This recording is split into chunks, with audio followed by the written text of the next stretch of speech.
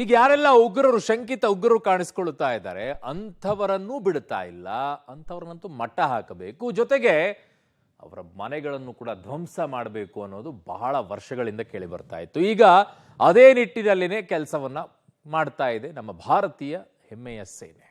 ಏನ್ ಮಾಡ್ತಾ ಇದ್ದಾರೆ ಈ ಬಾರಿ? ಅವರ ಮನೆಗಳನ್ನೆಲ್ಲ ಉಡಿಸ್ ಮಾಡ್ತಾ ಇದ್ದಾರೆ, ಅವರ ನೆರಳು ಕೂಡ ಗೊತ್ತಾಗಬಾರ್ದು ಆ ರೀತಿಯಲ್ಲಿ ಮಾಡ್ತಾ ಇದ್ದಾರೆ. ಈಗ ಯಾವ ಆಪರೇಷನ್ ಅನ್ನ ಮಾಡಿದ್ದಾರೆ, ಹೇಗಿದೆ ಸದ್ಯದ ಪರಿಸ್ಥಿತಿ? ಗ್ರೌಂಡ್ ರಿಪೋರ್ಟ್ ಅನ್ನ ಪಬ್ಲಿಕ್ ಟಿವಿ ನನ್ನ ಸಹೋದ್ಯೋಗಿ ಶಬೀರ್ ಅಲ್ಲಿಂದನೇ ಕೊಟ್ಟಿದ್ದಾರೆ, ಘಟನಾ ಸ್ಥಳದಿಂದನೇ. ನೋಡಿ ಸ್ಟೋರಿನ. ಶಂಕಿತ ಉಗ್ರ ಜಮೀಲ್ ಮನೆ ಉಡಿ. ಜಮ್ಮು ಕಾಶ್ಮೀರದ ಪಹಲ್ಗಾಮ್ನಲ್ಲಿ ಅಮಾಯಕರ ನೆತ್ತರು ಹರಿಸಿದ ಉಗ್ರರ ವಿರುದ್ಧ ಭಾರತೀಯ ಸೇನೆ ಪ್ರತೀಕಾರದ ಅಸ್ತ್ರ ಪ್ರಯೋಗಿಸಿದೆ. ಶಂಕಿತ ಉಗ್ರರ ಮನೆಗಳನ್ನು ಹುಡುಕಿ ಛಿದ್ರ ಮಾಡ್ತಿದೆ. ಈ ಕಾರ್ಯಾಚರಣೆ ಮುಂದುವರೆಸಿದೆ.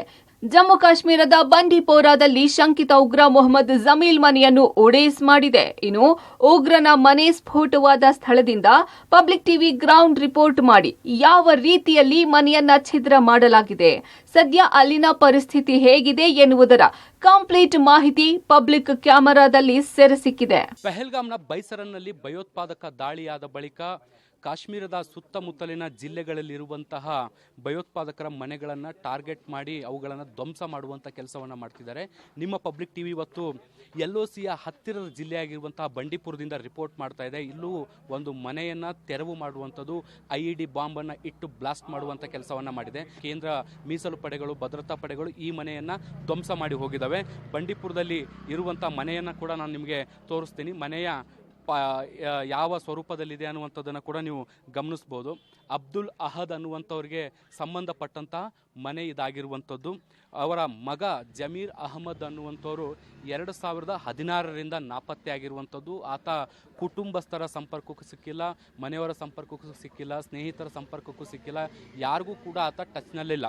ಹೀಗಾಗಿ ಆತ ಭಯೋತ್ಪಾದಕ ಚಟುವಟಿಕೆಗಳಲ್ಲಿ ತೊಡಗಿಕೊಂಡಿರ್ಬೋದು ಅನ್ನುವಂಥ ನಿಟ್ಟಿನಲ್ಲಿ ಈಗ ಭದ್ರತಾ ಪಡೆಗಳು ಆತನನ್ನು ಶಂಕಿಸ್ತಾ ಇರುವಂಥದ್ದು. ಈಗಾಗಲೇ ಕೆಲವು ಭದ್ರತಾ ಪಡೆಗಳ ಮೂಲಗಳ ಮಾಹಿತಿಗಳ ಪ್ರಕಾರ ಆತ ಇರಾನ್ನಲ್ಲಿರ್ಬೋದು ಅಥವಾ ಅಫ್ಘಾನಿಸ್ತಾನದಲ್ಲಿರ್ಬೋದು, ಅಲ್ಲಿ ಟ್ರೈನ್ ಆಗ್ತಾ ಇರ್ಬೋದು ಅನ್ನುವಂಥ ನಿಟ್ಟಿನಲ್ಲಿ ಅನುಮಾನ ಮಾಡಲಾಗ್ತಾ ಇರುವಂಥದ್ದು. ಈ ಒಂದು ಘಟನೆಯಾದ ಬೆನ್ನಲ್ಲೇ, ಅಂದರೆ ಪಹಲ್ಗಾಮ್ನಲ್ಲಿ ದಾಳಿಯಾದ ಬೆನ್ನಲ್ಲೇ ಎಲ್ಲೆಲ್ಲಿ ಮನೆಗಳು ಈ ರೀತಿಯಾದಂಥ ಶಂಕಾಸ್ಪದ ವ್ಯಕ್ತಿಗಳಿರ್ತಾರೆ ಆ ಮನೆಗಳನ್ನು ಒಡೆದು ಹಾಕುವಂಥದ್ದು ಅಥವಾ ಬ್ಲಾಸ್ಟ್ ಮಾಡುವಂಥ ಕೆಲಸವನ್ನು ಮಾಡ್ತಿದ್ದಾರೆ.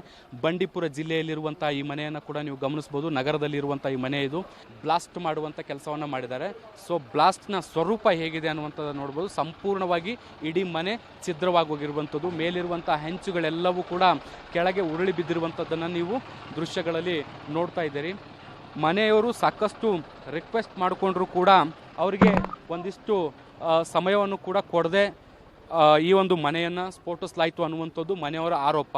ಮತ್ತು ಅವರು ಹೇಳ್ತಾ ಇರುವಂಥದ್ದು ಮಗ ಎಲ್ಲೋಗಿದ್ದಾನೆ ಅನ್ನುವಂಥದ್ದು ಗೊತ್ತಿಲ್ಲ, ಆದರೆ ಆತ ನಮ್ಮ ಸಂಪರ್ಕಕ್ಕೂ ಇಲ್ಲ, ಆದರೆ ಆತನ ಹೆಸರಿನಲ್ಲಿ ನಾವು ಬದುಕ್ತಾ ಇದ್ದೀವಿ, ನಾವಿರುವಂಥ ಮನೆಯನ್ನು ಧ್ವಂಸ ಮಾಡುವಂಥದ್ದು ಎಷ್ಟು ಸರಿ ಅನ್ನುವಂಥ ನಿಟ್ಟಿನಲ್ಲಿ ಆಕ್ರೋಶವನ್ನು ಕೂಡ ಅವರು ಹೊರಹಾಕ್ತಾ ಇದ್ರು. ಯಾಕೆಂದರೆ ಸಾಮಾನ್ಯ ಜನರ ರೀತಿಯಲ್ಲಿ ನಾವಿಲ್ಲಿ ಬದುಕ್ತಾ ಇದ್ದೀವಿ, ಆದರೆ ಮಗ ಹೇಗೆ ಗಾಯಬಾದ ಅಥವಾ ಮಿಸ್ ಆದ, ಅವನು ಹೇಗೆ ತಲೆಮರೆಸ್ಕೊಂಡ, ಅವನು ನಾಪತ್ತೆ ಆದ ಅನ್ನುವಂಥದ್ದು ಅವ್ರಿಗೂ ಕೂಡ ಸ್ಪಷ್ಟವಾದ ಮಾಹಿತಿಗಳಿಲ್ಲ. ಆತ ಎಲ್ಲಿದ್ದಾನೆ ಅನ್ನುವಂಥ ಸುಳಿವುಗಳು ಕೂಡ ಇಲ್ಲ. ಆದರೆ ಇಂಟೆಲಿಜೆನ್ಸ್ ರಿಪೋರ್ಟ್ಗಳು ಹೇಳ್ತಿರುವಂಥದ್ದು ಆತ ಕೆಲವೊಂದಿಷ್ಟು ಭಯೋತ್ಪಾದಕ ಚಟುವಟಿಕೆಗಳನ್ನ ಮಾಡುವ ಗುಂಪುಗಳನ್ನು ಸೇರಿರ್ಬೋದು ಅನ್ನುವಂತಹ ಮಾಹಿತಿಗಳು ಅವ್ರಿಗಿದ್ದಾವೆ. ಕೆಲವು ಮಾಹಿತಿಗಳು ಇರಾನ್ ಅಂತವೆ, ಇನ್ನೂ ಕೆಲವು ಮಾಹಿತಿಗಳು ಅಫ್ಘಾನಿಸ್ತಾನ್ ಅಂತವೆ. ಹೀಗೆ ಎಲ್ಲೋ ಒಂದು ಕಡೆ ಆತ ಇದ್ದಾನೆ ಅನ್ನುವಂತಹ ಮಾಹಿತಿ ಈಗ ಇಲ್ಲಿರುವಂಥ ಅಧಿಕಾರಿಗಳಿರುವಂಥದ್ದು. ಈಗ ಅದೇ ಉದ್ದೇಶ ಅಥವಾ ಅದೇ ಕಾರಣಕ್ಕಾಗಿ ಈ ಒಂದು ಮನೆಯನ್ನು ಧ್ವಂಸ ಮಾಡುವಂಥ ಕೆಲಸವನ್ನು ಕೂಡ ಈಗ ಮಾಡಲಾಗಿರುವಂಥದ್ದು. ಮನೆಯ ಸ್ವರೂಪ ಹೇಗಿದೆ ಅನ್ನುವಂಥದ್ದನ್ನು ಕೂಡ ನೀವು ಇಲ್ಲಿ ಗಮನಿಸ್ತಾ ಇದ್ದೀರಿ. ದಾರಿ ತಪ್ಪಿದ ಮಗನಿಂದ ಪೋಷಕರಿಗೆ ಸಂಕಷ್ಟ. ಮಗನ ತಪ್ಪಿಗೆ ಮನೆ ಧ್ವಂಸ ಮಾಡಿದ ಸೇನೆ. ಪುತ್ರನ ಉಗ್ರ ಕೃತ್ಯಕ್ಕೆ ಪೋಷಕರು ಕಂಗಾಲು, ಕಣ್ಣೀರು. ಭಾರತೀಯ ಸೇನೆ ಅಂದ್ರೆ ಕೇಳ್ಬೇಕಾ? ಯುದ್ಧ ಸಾರಿದ್ರೇನೆ ಬಿಡಲ್ಲ. ಅಂಥದ್ರಲ್ಲಿ ಸುಖ ಸುಮ್ಮನೆ ಕಿರಿಕ್ ಮಾಡೋರನ್ನು ಬಿಡ್ತಾರೆ ಅನ್ನೋದು ಭ್ರಮೆ ಅಷ್ಟೇ. ಅಮಾಯಕರ ಪ್ರತಿಯೊಂದು ನೆತ್ತರಿಗೂ ತಕ್ಕ ಶಾಸ್ತಿ ಮಾಡದೆ ಬಿಡುವುದಿಲ್ಲ. ಹೀಗಾಗಿ ಎಂಥ ಗುಡ್ಡಗಾಡು ಪ್ರದೇಶವಿದ್ದರೂ ತಲಾಶ್ ನಡೆಸಿ ಮನೆಗಳನ್ನು ನಿರ್ನಾಮ ಮಾಡಿದ್ದಾರೆ.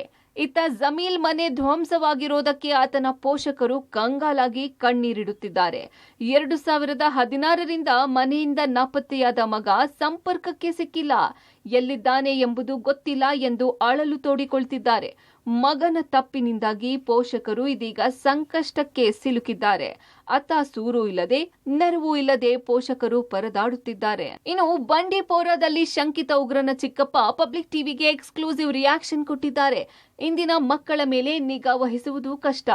2016ರಿಂದ ಮೊಹಮ್ಮದ್ ಜಮೀಲ್ ಎಲ್ಲಿದ್ದಾನೆ ಗೊತ್ತಿಲ್ಲ. ಅವನು ಫೋನ್ ಮಾಡಲ್ಲ, ಮಾತನಾಡಲ್ಲ, ನಮ್ಮ ಸಂಪರ್ಕದಲ್ಲಿಲ್ಲ. ಆತನ ಉಗ್ರ ಕೃತ್ಯದಿಂದ ಮನೆ ಧ್ವಂಸ ಮಾಡಿದ್ದಾರೆ ಎಂದು ಸಲೀಂ ಅಹಮದ್ ಬೇಸರ ಹೊರಹಾಕಿದ್ದಾರೆ. ನೋಡಿ, ಈ ಮನೆಯನ್ನು ಒಡೆದು ಹಾಕಲಾಗಿದೆ. ನಿನ್ನೆ ರಾತ್ರಿ 11:30ಗೆ ಬಂದು ಒಡೆದು ಹಾಕಿದ್ದಾರೆ. ಆದಾಗ್ಯೂ ಕೂಡ ಪಾಪ ಈ ಮನೆಯವರೀಗ ಕ್ಲೀನಿಂಗ್ ಕೆಲಸದಲ್ಲೂ ಕೂಡ ಇದ್ದಾರೆ. ಮಗ ಮಾಡಿದ ತಪ್ಪಿಗೆ ಅವ್ರ ಮನೆಯವರು, ಅವರ ಪೋಷಕರು, ಅವರ ಕುಟುಂಬಸ್ಥರು, ಅವರ ಸಂಬಂಧಿಕರು ಈಗ ಸಮಸ್ಯೆಗಳನ್ನ ಎದುರಿಸಬೇಕಾದಂಥ ಸನ್ನಿವೇಶ ನಿರ್ಮಾಣ ಆಗಿದೆ. ನಾವು ಒಳಗೆ ಹೋಗಿ ಟ್ರೈ ಮಾಡಿದ್ವಿ, ಆದರೆ ಅವ್ರು ಹೇಳಿದ್ರು ಒಳಗಡೆ ಬೇಡ, ಮನೆಯಲ್ಲಿ ಹೆಣ್ಮಕ್ಳಿದ್ದಾರೆ, ಹೀಗಾಗಿ ನೀವು ಏನೇ ಮಾಡೋದಾದ್ರೂ ಹೊರಗಡೆಯಿಂದ ಮಾಡಿ, ನಾವು ಸಹಕರಿಸ್ತೀವಿ ಅಂತ ಹೇಳಿದ್ರು. ಅವರ ಫ್ಯಾಮಿಲಿ ಮ್ಯಾನ್ ನಮ್ಮ ಜೊತೆಗಿದ್ದಾರೆ, ಅವ್ರನ್ನ ಮಾತಾಡ್ಸೋಣ. ಮಕಾನ್ ಕಿಸ್ಕಿ मकान जो मकान का मालिक है उसका नाम है अब्दुल अहद शेर गुजरी। ओके। हाँ, उसका जो जिसकी बिना पर इसको ये डिमोलिश किया गया था उसका बेटा है। 2016 से घर से निकला है। 2016 से लेकर आज तक हमें उसके साथ कोई लिंक नहीं है, कोई कन्वर्सेशन नहीं है, न हमें पता है वो यहाँ है कहाँ है, कुछ नहीं है। और जो ये इंसिडेंट हुआ ये 26 रात को 11:30 बजे आ गई, फौज आ गई, उनने हमें यहाँ से इवैक्यूएट किया। फिर हमें उनको मोहलत मांगी थी हम अंदर से, फिर लास्ट में उन्होंने कहा कि आप गाड़ी थी हमारी अंदर, गाड़ी और कुछ डॉक्यूमेंट्स हमने निकाले, बाकी हमें निकालने नहीं दिया गया।